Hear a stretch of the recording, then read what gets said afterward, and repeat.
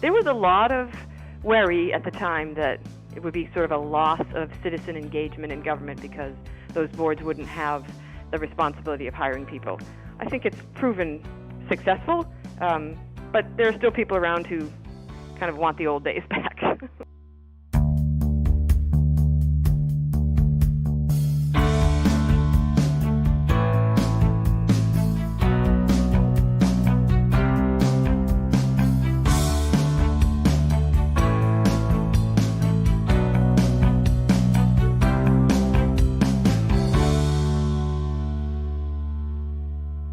Welcome to another episode of the Gov Gab radio podcast. I am your host, Brian Andreyko. Thanks for being along on another episode and excited to introduce our guest for today, the town manager at the town of Needham, Massachusetts, Kate Fitzgerald.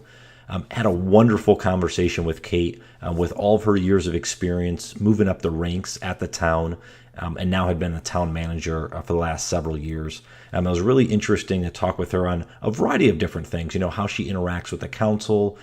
We talked about what they do with varying weather patterns throughout the year and how do they shuffle different things. And heck, we even got into podcasting and time management and habits and those type of things. So this interview spans a variety of different avenues. It was really fun to get a chance to speak with her and glad she was able to join today.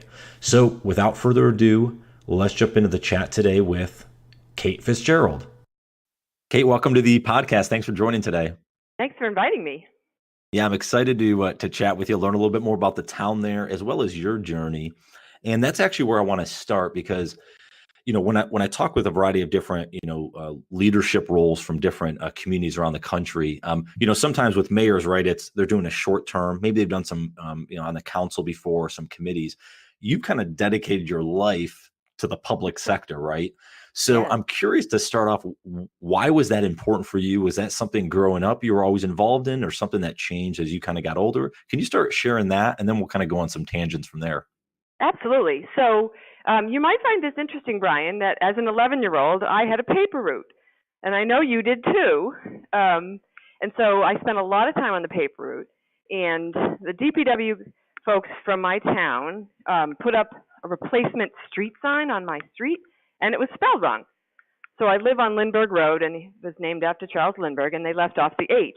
So I was 11, and I wrote a letter to the town saying, why Charles Lindbergh is important and why the street name should be right. I mean, they came within like a week and changed it. And that for me was just really said, wow, if you live here, you can ask your town to help you, and they will. So that was really my entry into my first foray into local government. As a side note, I can tell you the side note, on my 40th birthday, my husband called that town and got me a copy of the street sign for my birthday, and it came and it was spelled wrong. so a full circle never came, changed. Right? It's exactly full circle. Yeah, exactly. Yeah. Yep. Well, so why did you want to continue down that path then? What was intriguing about that for you? Right. So I went to school at a Jesuit institution whose motto is men and women for others, and I really grew up in a service-oriented home where it was expected that we would be involved in service. And then I got an MBA with a concentration in public management. So it was all about working in government. I knew I never wanted to run for office. That wasn't something that I was interested in. But I've evolved in several jobs where working at different levels in government and trying to find the right one, because really, it sounds trite, but helping people is one of the joys of life, and that's where I found my niche. Yeah, that's really awesome. So if I saw correctly, you've been with the town for many years. Is that right? You've kind of worked your way up in different roles. Is that right? Can you start? Was it something intriguing? I'm just curious. I mean, that's a rarity nowadays, right? To be in one kind of role or one organization, we'll call it, quote unquote, right? For an entire career or for a lot of career. Tell me, what about the town intrigued you? Why have you kind of stayed around there? That's exactly right. And it's unusual to stay. It's not so unusual to stay in the same field, but it is fairly unusual to stay in the same town. So my first government job was with the Commonwealth of Massachusetts, and I worked in a variety of roles, all in the human resource field. And I saw this job ad, and this is in the days, you probably don't remember, when all jobs were in the newspaper and they were in tiny little print, in a whole section. So I saw the job and I thought it was intriguing. And when I came here, 20 more than 29 years ago, believe it or not, um, I was really struck by how close town officials are to the people they serve. So when I worked in the Commonwealth, of course, it was way pre 9/11, but people still didn't come into the building. Customers didn't come into the building. And when you work in a city or a town hall, they're right there.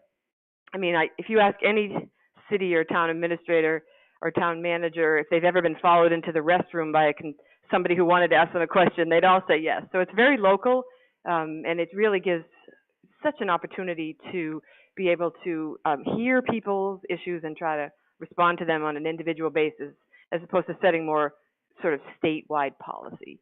So I came here as the HR director, and then I became the assistant town administrator, also HR at the same time. And then my predecessor moved on to another community, and I became the town administrator. And then a few years later, the town changed its form of government to create a town manager form of government, which is a slightly more centralized from a budget and a personnel perspective.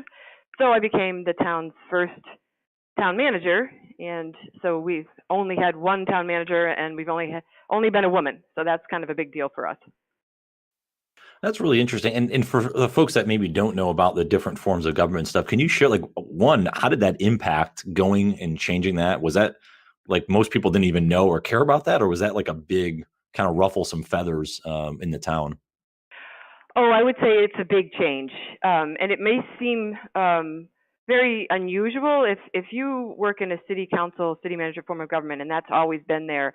It's just so it's hard to imagine our form of government here in New England, where in our case we have a representative town meeting form of government, which means there's 252 residents who gather in May, and they do all the work. They do the zoning, they do the appropriating, they do the bylaw changes, and then they go away, and they might come back one day in the fall. And so the government is very slow, and the work is done by sort of what we call a divided executive. So we have a select board who is sort of like a city council but doesn't have the legislative piece, and that's who I work for. And then there are a number of other appointed and elected boards who, at the time of the change in government, hired their own staff.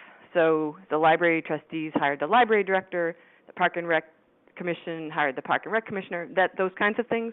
So when we changed the form of government, all of those appointments are now made by me, and we've centralized the budget development. And there was a lot of worry at the time that it would be sort of a loss of citizen engagement in government because those boards wouldn't have the responsibility of hiring people. I think it's proven successful, but there are still people around who kind of want the old days back. I feel, yeah, they don't want to change. They're old school and want to keep it that way. I get it. Yeah, exactly. What have you learned? I'm always intrigued, especially as you move up the ranks in different roles. And I think it's so vital, the things you do. And maybe go back to the paper route days. But what have you learned kind of early in your career that's really set you up for success, being the town manager now? I think that I find in my way I'm a kind of a relentlessly optimistic person. So I really believe there's a solution to every problem, and on my best days I can see it in the future. And so I try to take every opportunity to hear people out and to connect with people directly. Making connections with people is the way that I find is the way to get the work done, because in my particular situation, issuing orders or directives isn't going to necessarily be successful. And in a lot of ways, our jobs is to relationship build and to manage by persuasion. So I think I learned that early in terms of trying to make connections and trying to work with people directly as opposed to a top-down situation. And that's actually a good, maybe, sidestep with that. How do you work with the council and other committees and those type of things? Is that you have to dance around a lot of things? Do you guys have more direct conversation? What's kind of the relationship there? Because obviously that could be, there can be some contention points and some work very well together depending on the jurisdiction. That's right. So in Needham, we have a select board. Actually, it was called the Board of Selectmen until just this year, and we asked the legislature to allow us to change it to select board, recognizing that words matter. And so we have 5 members. They're all elected, and I work directly for them.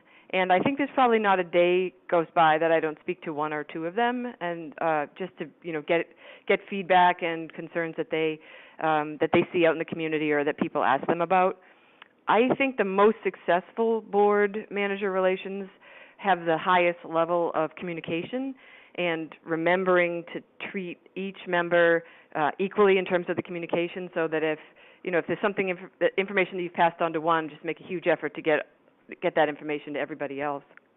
I think another tip for success for manager council or manager board relations is always respecting new ideas. I mean, if you've been in a place a long time, you've tried something 4 times, it didn't work, but you have a new elected person and they want to try it again, you have to really look at it and say, yep, we'll try it again. Kind of going outside of the comfort zone and looking at new approaches. I think that's especially true if you've been somewhere for a long time. And I guess finally I would say that the board members or council members are always out in the community hearing from people, and that when you possibly can, helping them solve their constituents' problems or telling them when they can be solved is it's just really helpful for them. And they're usually doing this work so they can help people and make their community better. And so recognizing that and prioritizing it is critical. What do you find in terms of your specific role? And you kind of can take this a few ways. I kind of, maybe the positives each and every day, if you kind of look at your date, and maybe it's something like, what would people be surprised to know that you do day in and day out that they wouldn't even think of from a town manager position? Well, I think the traditional, right, is I oversee all the departments, public works, police, fire. I oversee emergency management through our departments as well, and that's something that maybe people don't know, that communities are worried and concerned and actively involved in planning for emergencies basically on a daily basis. That's something that would be different. Public works tends to take up probably 75% or more of the work that I'm thinking through. My director of public works and his staff are on speed dial, because so much of what we do that people see and feel is public works. Potholes, streets, sidewalks, snow removal, water, sewer, parks, mowing, street signs, and those kinds of things. And they're really things that people can see every day and understand, so they're asking about them all the time. Traffic and parking tend to be the number 1 and number 2 things people want to come in and talk about or complain about.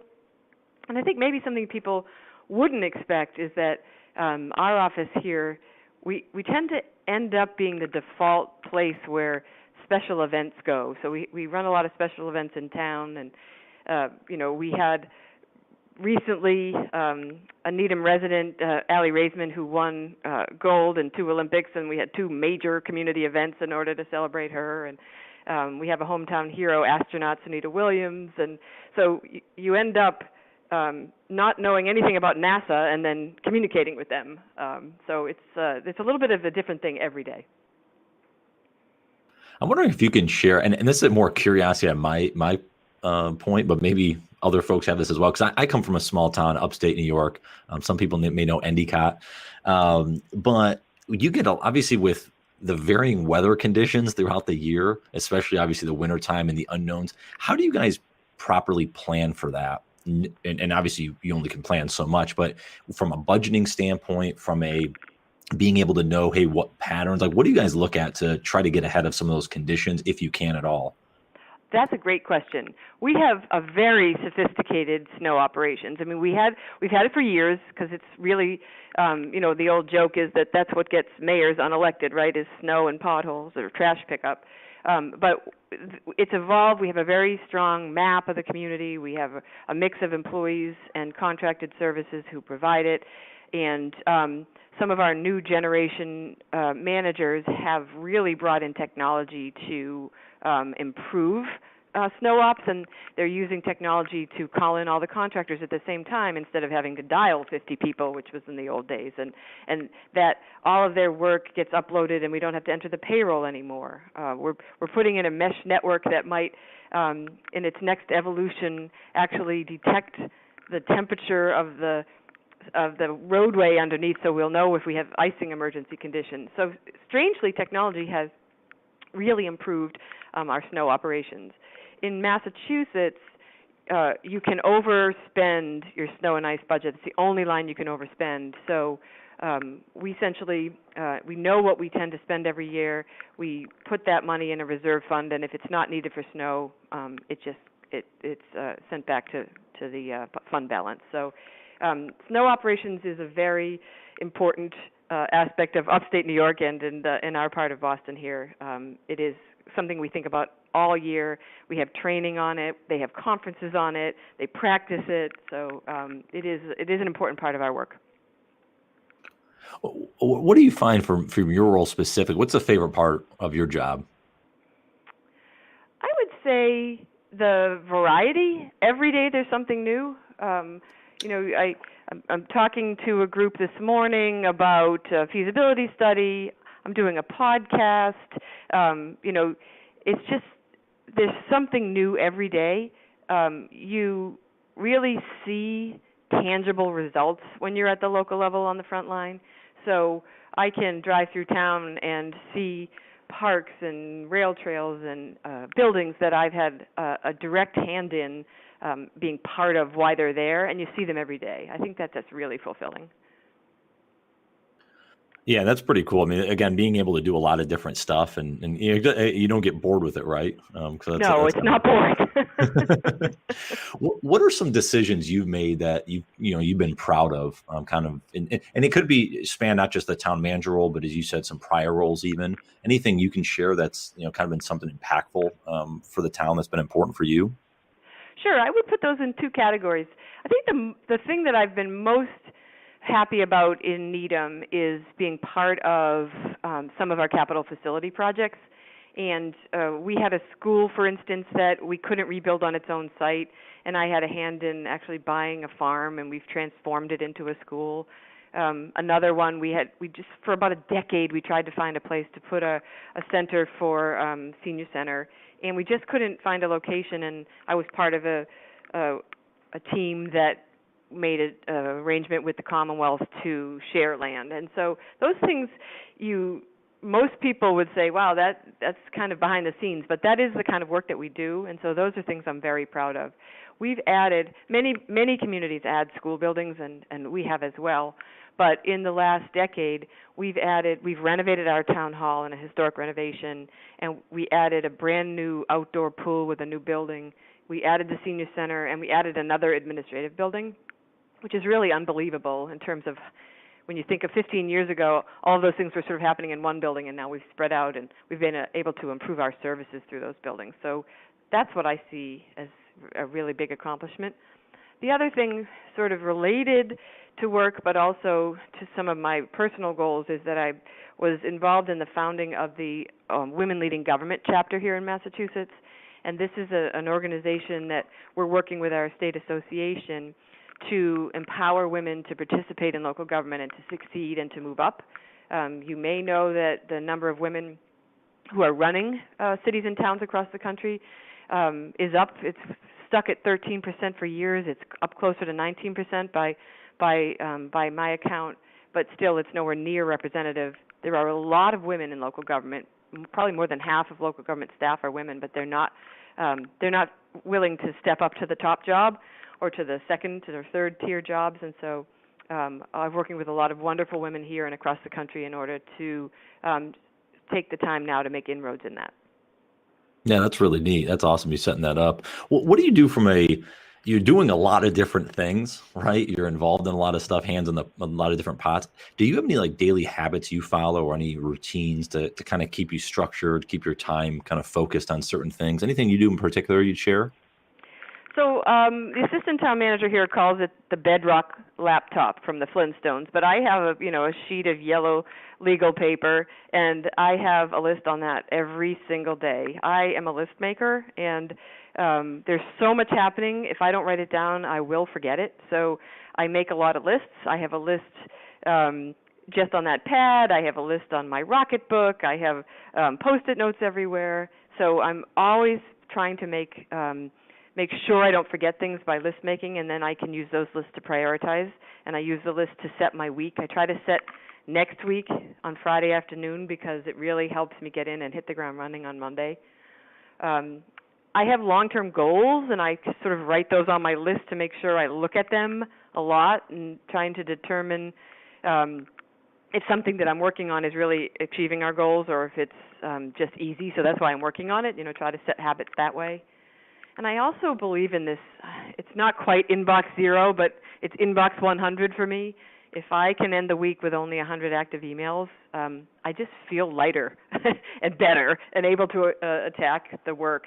Before I learned how to file on Outlook, I would have, tens of thousands of emails because I didn't really know how to organize them. And so that's something I couldn't recommend highly enough, is to just, make your inbox not quite so threatening to you.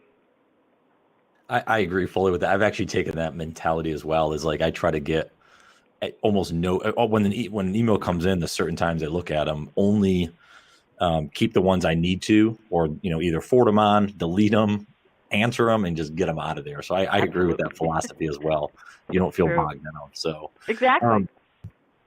I'm going to take a slight off ramp for a second, because one of the things, and we chatted about before, but I'm curious, learning, obviously evolving, kind of getting better. So you now started a blog, you're into podcasting a little bit. Share a little bit about that, because I'm curious of why you got into some of that stuff. And for podcasts, what are you listening to? What are some things you're learning from that experience? Oh, great question. So I felt I've at a point in my career where I wanted to do something to keep myself engaged and interested, and also to share, because once you get to a certain point, people do tend to ask for your advice or your opinion, and trying to shape the local government community and make sure it's vibrant, because I've devoted my life to it. So I figure I want to make sure it stays active and vibrant. So I started surveying some colleagues to see, how do they balance work life? How do they handle all these night meetings? What is their resilience? When do they decide to change jobs? And so I've been taking that information, and writing a book about it seemed kind of a daunting first step. And writing a blog is it's one of those things that does hang over you, I'm sure you know, but it's just an easy way to get some information out there, get a dialogue started with the people I care about, and it's just been a fun creative outlet for me. So that's why I started to do that just last month, as a matter of fact. So that's a new thing. And podcasts, I actually had to have someone show me where the podcast button was about a year ago, and then I follow a lot of people who are in the space of how to make yourself happier and more engaged at work. So I listen to podcasts about books. I listen to podcasts about happiness. I listen to podcasts about time management, about meditation. I mean, all the things. And then there's some that are just for fun. Any particulars you'd call out, or? Oh boy. So I listen to Laura Vanderkam before breakfast. She has a short one every day. I listen to Happier by Gretchen Rubin. I listen to 10% Happier by Dan Harris. I listen to The Lazy Genius. I listen to What Should I Read Next about books. And every day somebody's recommending a new one that I should be listening to. No, that's great. Yeah, the one I was going to suggest, I don't know if you've ever heard, do you know who Adam Grant is? Oh, yes. Yep. Yeah, he has, I think it's called Work Life, if I recall. If I'm trying to pull up here now as I'm talking to you. I believe that's what it's called. But anyways, that's a phenomenal, Work Life. That's a really cool one. It gives a lot of insight into work-life balance and things to think about, organizational structure, those type of things. So that's another one that's really neat. It's exactly what is interesting about podcasts, is that every time I listen to one, somebody's on it who has their own podcast, so I listen to them. So Andy P. Freeman, the Do the Next Right Thing. I think they were all talking about Adam Grant on the last round of podcasts I listened to. So I'll really take your advice. That's fantastic. Yeah, there's some really good Can't ones. forget Gov Love too. The ELGL podcast where they talk to people in our business, and so Absolutely. I have that one too. So I'm always recommending them to people. Yeah, and it's just that, the nice thing is a podcast that a lot of them go very niche. So again, depending on what you want to learn about, I think there's a lot of opportunity to find someone you like and kind of stick with it. So that's really cool. It is. Let me just add one more thing is that I'm one of those people who doesn't like to do just one thing at once. So if I'm walking, I've actually started running to them too. So it's good for exercise. It's good for having something to do if you have to commute. That's what they're really great for. You can start your own up there. You're doing your blogging. Maybe you start one for the town. I'll put you on the spot for that. I think I'll leave that to you for now. Yeah, there you go. I appreciate that. Well, a couple more things I just wanted to get your take on, because obviously looking at the growth of the town and what you guys expect, what are some challenges maybe you guys are foreseeing over the next few years or anticipating that maybe you're trying to get ahead of, or at least, having it focused in your mind a little bit to be more proactive with? Yes. So we have spent a lot of money lately on new buildings. Our most recent is that we're totally reconstructing our main police and fire station and our secondary fire station, and we have a big school project that's ongoing right now and some other small projects. So the community has been very generous and very supportive, but there are still a number, probably 5 high priority structures that we really need to address.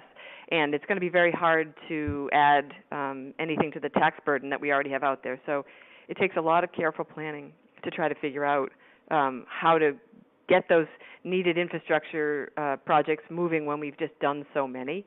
And we're also mindful about making sure that we capture this economic development wave that's happening right now. The economy is good. We're prime located to get some more economic development happening.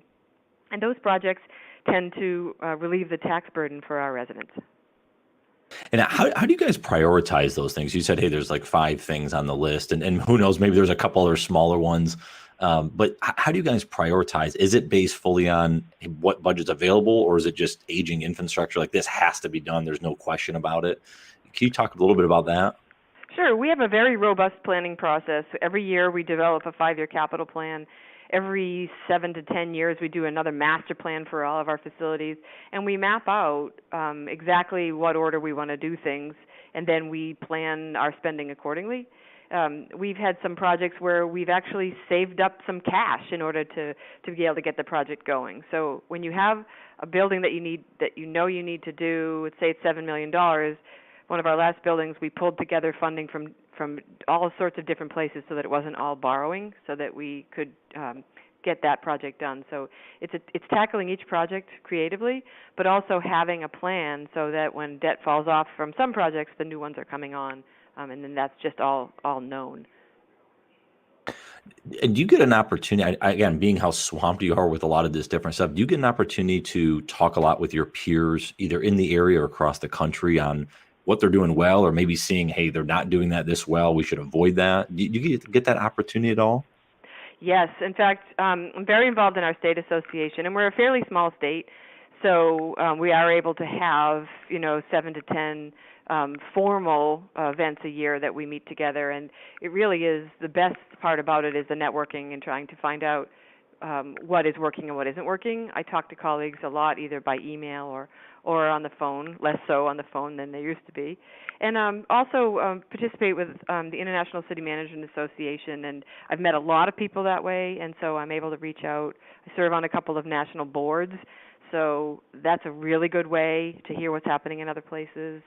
The most often thing people want to know is town meeting really a thing? And so I spend a lot of time educating people on our form of government. But then I've gotten some great approaches to some innovative things that we could be doing here from people from other states. Anything to share that might be worth note, or?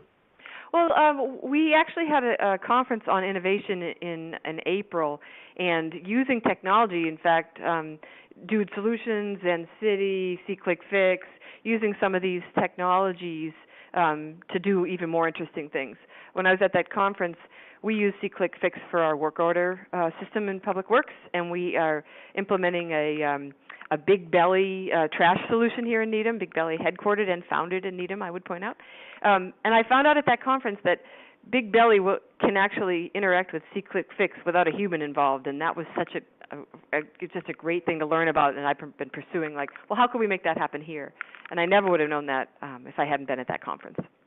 Yeah, that's really great. Again, that continual knowledge. Again, are we going to do it now or in the future? But at least having that insight there is really cool. Well, let me ask you this. So obviously, spanning your career, all the different things you've learned and experienced and conversations you had, whatever, as kind of a lasting impression of the interview here, and you could take this on whatever tangent you want, kind of more open form here. What advice would you share? Is there a quote you live by? Is there a certain kind of structured advice you'd like to give, one or two pieces of nuggets? And this could be, I kind of like to ask you to take it in two forms. One is other city leaders, maybe it's other, council members, mayors, et cetera, advice to them. And then to, the citizen out there and things that they could be doing or advice to share to them. Anything in particular in those two categories you'd kind of share to end the interview on?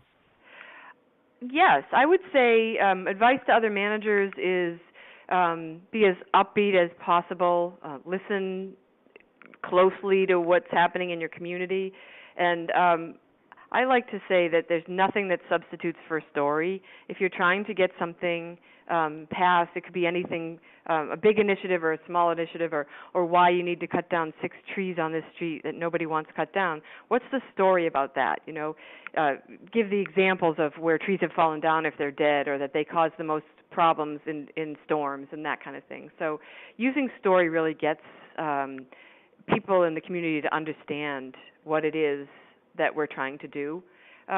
For residents, I would say I think that a good way to be involved is to find something that's important to you and then get involved in it. A lot of times residents will get their first real interaction with local government is when they're opposed to something. That's what gets people out. They don't want this structure there. They don't want this thing happening. They don't want a rail trail in their backyard.